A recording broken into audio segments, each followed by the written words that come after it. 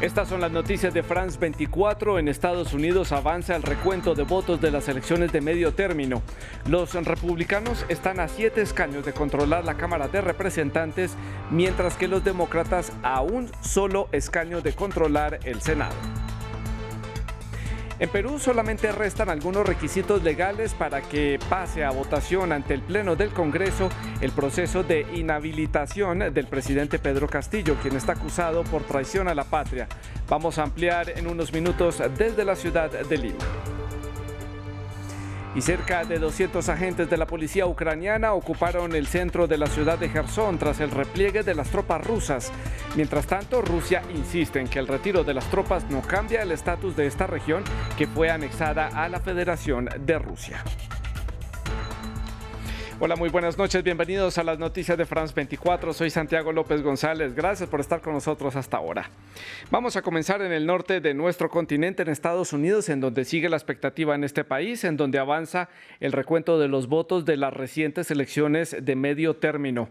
Mientras los republicanos están a solo 7 escaños de tomar el control de la Cámara de Representantes, el futuro del Senado sigue siendo impredecible.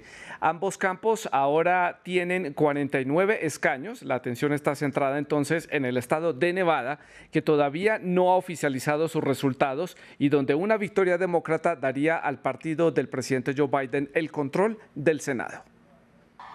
Los demócratas están muy cerca de lograr mantener el control del Senado. 4 días después de la fecha oficial de la elección, se confirmó la victoria de Mark Kelly en el estado de Arizona.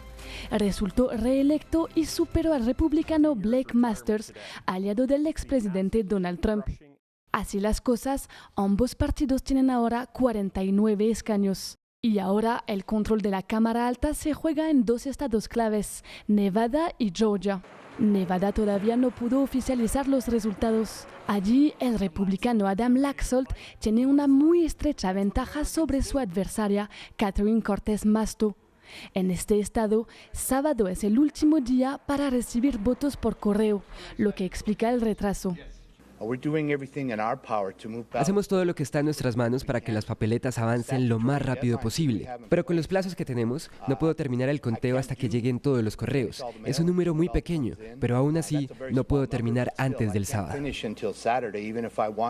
En caso de reelección para la candidata demócrata, el partido de Joe Biden mantendría su control del Senado con 50 escaños, ya que el voto de desempate recae sobre la vicepresidenta Kamala Harris. Pero en caso de victoria republicana en Nevada, el futuro del Senado se jugará nuevamente en el estado de Georgia, donde una segunda vuelta se celebrará el 6 de diciembre entre el demócrata Raphael Warnock y el republicano Herschel Walker.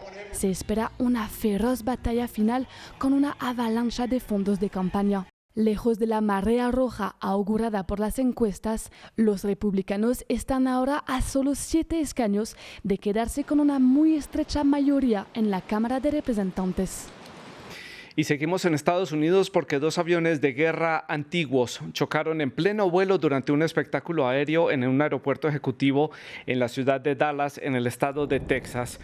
Les advertimos que las imágenes que pueden ver pueden herir su sensibilidad. Estos destrozos que ustedes ven ahí de los aviones pertenecen a los restos que quedaron sobre una autopista. Las autoridades locales indicaron que hubo víctimas entre el público que estaba presenciando este espectáculo, pero no dieron detalles sobre las tripulaciones de ambos aviones. Ya comenzó una investigación sobre este hecho. Y en Perú hay reacciones tras la aprobación de un informe que pide al presidente Pedro Castillo para que sea inhabilitado por 5 años y se le acuse por el delito de traición a la patria. Dicho proceso deberá cumplir requisitos antes de su eventual votación en el Congreso peruano. Desde Lima, Francisco Zacarías nos da más información en el siguiente reporte. El presidente Pedro Castillo ha sido citado por el Congreso de Perú el miércoles 16 de noviembre a una sesión de la Comisión Permanente del Parlamento para el debate y votación de la denuncia constitucional por traición a la patria en su contra, que fue aprobada por la Subcomisión de Acusaciones Constitucionales. El mandatario tendrá 1 hora para ejercer su defensa. Si es que la Comisión Permanente aprueba la denuncia, se convocará el Pleno del Congreso para una sesión de debate y votación, donde se requieren 66 votos para inhabilitar a Pedro Castillo. Al respecto, el mandatario ha dicho que han inventado denuncias y carpetas constitucionales en su contra, pero nunca tendrán la razón. Por su parte, la defensa del gobernante rechaza el proceso porque afirma que el Congreso peruano no puede aplicar el delito de traición a la patria, cuando no existe una sentencia de por medio contra Pedro Castillo, mientras que diversos juristas sostienen que la denuncia no tiene sustento legal porque jamás se entregó territorio peruano a Bolivia y la denuncia puede jugar a favor del presidente Castillo para mostrar a la misión de la OEA de que existe la convicción de la oposición para sacarlo del poder de cualquier forma. Los incondicionales de Pedro Castillo confían en que una acción de amparo del mandatario contra el Congreso, que fue admitido a trámite por una corte, pueda frenar la denuncia por traición a la patria y una eventual tercera moción de vacancia presidencial. No muy lejos de allí, en Bolivia, el presidente Luis Arce mantuvo el censo poblacional para el 2024, lo que mantendría el registro actual para las próximas elecciones. La oposición protesta en las calles de la ciudad de Santa Cruz de la Sierra, ya que piden que el censo sea renovado en el año 2023. De esta manera podrían disponer de mayor cantidad de recursos públicos y una mayor cantidad de diputados para los comicios del 2025.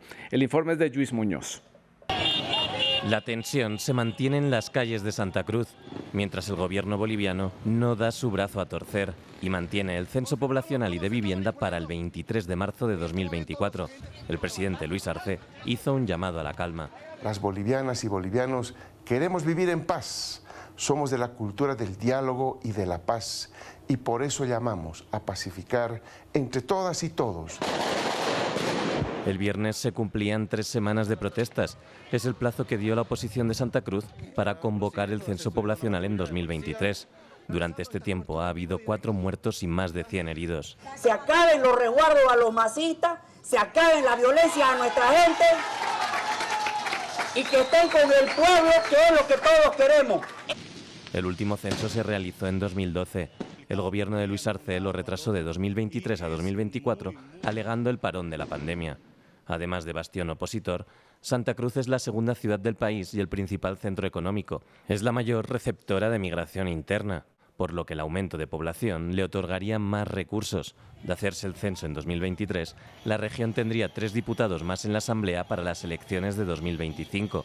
Sin embargo, esta protesta se limita a Santa Cruz y no tiene apoyo en el resto del país. Tampoco es un apoyo masivo de forma interna, ya que el Movimiento al Socialismo es el segundo partido más apoyado en la región. Pero esto no es paro, es bloqueo.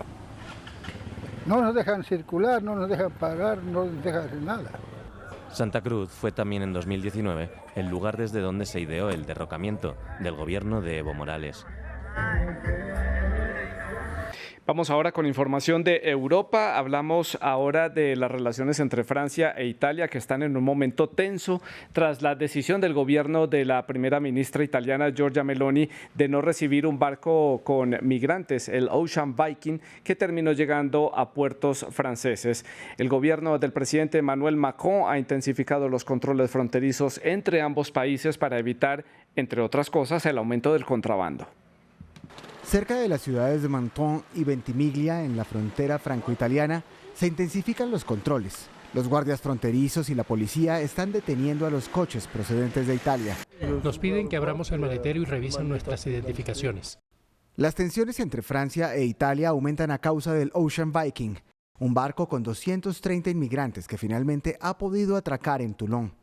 El Ministerio del Interior francés ha desplegado 500 agentes más para ayudar a realizar las inspecciones fronterizas en la región. El refuerzo de estos chequeos implica mayores esperas para los conductores. Creo que Francia hace bien en limitar un poco a todos estos inmigrantes que vienen aquí y creo que cuando la policía está aquí no puede estar allí. Hay otras tareas más importantes para ellos que permanecer en un puesto fronterizo. Los contrabandistas también son buscados en estos controles. Desde principios de año se ha detenido a 680 de ellos. A pesar de la posibilidad de 5 años de cárcel y 300.000 euros de multa si son detenidos, su número va en aumento. Los contrabandistas pueden ser guías en los senderos, pueden ser personas que van a buscar en vehículos privados, pero también pueden ser robos en camiones de transporte. Otro foco, la estación de tren de Menton-Garabin. El tren de cercanías que viene de Italia espera 15 minutos más. Tarjeta de identidad o pasaporte, por favor. El retraso molesta a algunos pasajeros. Estoy en contra de este tipo de control. Dificulta la libre circulación. Los automovilistas y pasajeros de tren que se dirijan a la frontera tendrán que acostumbrarse a esperas más largas, ya que se prevé que la situación no cambie en los próximos días. Tras la retirada de las tropas rusas, avanza la retoma ucraniana de la ciudad de Jersón. En la jornada de hoy, unos 200 policías ingresaron a esta ciudad y volvieron a emitir las estaciones de radio y de la televisión ucraniana. Entre tanto, en el Kremlin insisten en que el retiro de las tropas no cambia nada el estatus de la región que fue anexada de manera unilateral a Rusia. La celebración de una reconquista. El regreso del ejército ucraniano a la ciudad de Jersón ha sido catalogado como la mayor victoria de Kiev desde que inició la invasión hace 8 meses. Rusia dijo que retiró a más de 30.000 militares de la urbe hacia la otra orilla del río Dnieper. Los ciudadanos de Jersón esperaron, nunca repudiaron a Ucrania. Tenían razón al depositar sus esperanzas en Ucrania, y Ucrania siempre devuelve las suyas. Me alegra ver a esa gente, a pesar de todos los peligros, la represión y el sufrimiento infligido por los ocupantes, que se aferran a las banderas ucranianas. En el centro de Kiev, cientos se reunieron el viernes por la noche para celebrar la noticia. Muchos son originarios de Jersón, pero que huyeron cuando las fuerzas rusas los invadieron en marzo.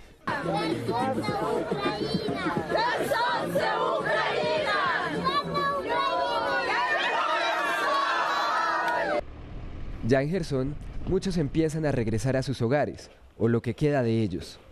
Los rusos destruyeron y saquearon casas, pero no todos se fueron, como esta granjera que recuerda los angustiosos momentos que vivió durante la ocupación. Nos hicieron tendernos en el camino, nos golpeaban con las culatas de los rifles. Los rusos dañaron las casas de los que sirvieron a su ejército y se llevaron los bienes de las mejores casas. Jersón fue la única gran ciudad ucraniana en caer en manos enemigas. Rusia sigue controlando alrededor del 60% de la región que lleva el mismo nombre, incluida la costa del Mar de Azov y que fue anexionada ilegalmente junto a otras 3 por Moscú. El principal punto de acceso a la ciudad, cruzando el río Dnieper, era el puente Antonivsky, ahora destruido, según lo confirmado por imágenes satelitales. Imágenes que también señalan nuevos daños en la represa de Nova Kakhovka, al norte de Jersón, y cuya eventual voladura generaría desastrosas inundaciones en el país. El famoso artista británico Banksy reveló estar detrás de una obra pintada sobre un muro en un edificio destruido en Ucrania, en el Oblast de Kiev. Y no sería la única pieza de los alrededores, pero de momento el artista no lo ha confirmado. Veamos. Quizás no la ven muy bien, seguramente porque el ojo está atraído por los escombros, pero hay una gimnasta en equilibrio sobre el muro de este edificio bombardeado en las afueras de Kiev. Un stencil, símbolo de la resiliencia y la resistencia, que recuerda a un famoso artista, pero del cual nadie ha visto la cara, Banksy. Es el símbolo de que somos inquebrantables y que nuestro país es inquebrantable. Y a pesar de que esté destruido, lo vamos a reconstruir y todo irá bien. Pero lo esencial es que somos libres y podemos hacer de nuestro país un lugar mejor, pase lo que pase. Desde hace varios días, los rumores sobre esta obra abundan en la red y fue precisamente en Instagram donde el artista británico reveló ser el autor. En el título solo se especifica la ciudad, Boroyanka. Fue uno de los primeros lugares en ser bombardeados al comienzo de la guerra. También aquí es donde se descubrieron obras similares, especialmente esta pelea de judo donde un niño derriba a un adulto. Encontramos el mismo toque, el mismo compromiso, pero aún no se tiene confirmación por parte del artista. Para mí es increíble que Banksy esté aquí en Boroyanka. Este pequeño niño contra un hombre adulto y que lo derrota. Y es así que está pasando. No muy lejos de aquí, en Irpin, también se descubrieron otros dibujos. Queda por ver si el artista se revelará. No es la primera vez que Banksy se aventura en terrenos de guerra para entregar un poco de poesía en medio de los escombros. Es todo en las noticias. Punto final. Siga con nosotros.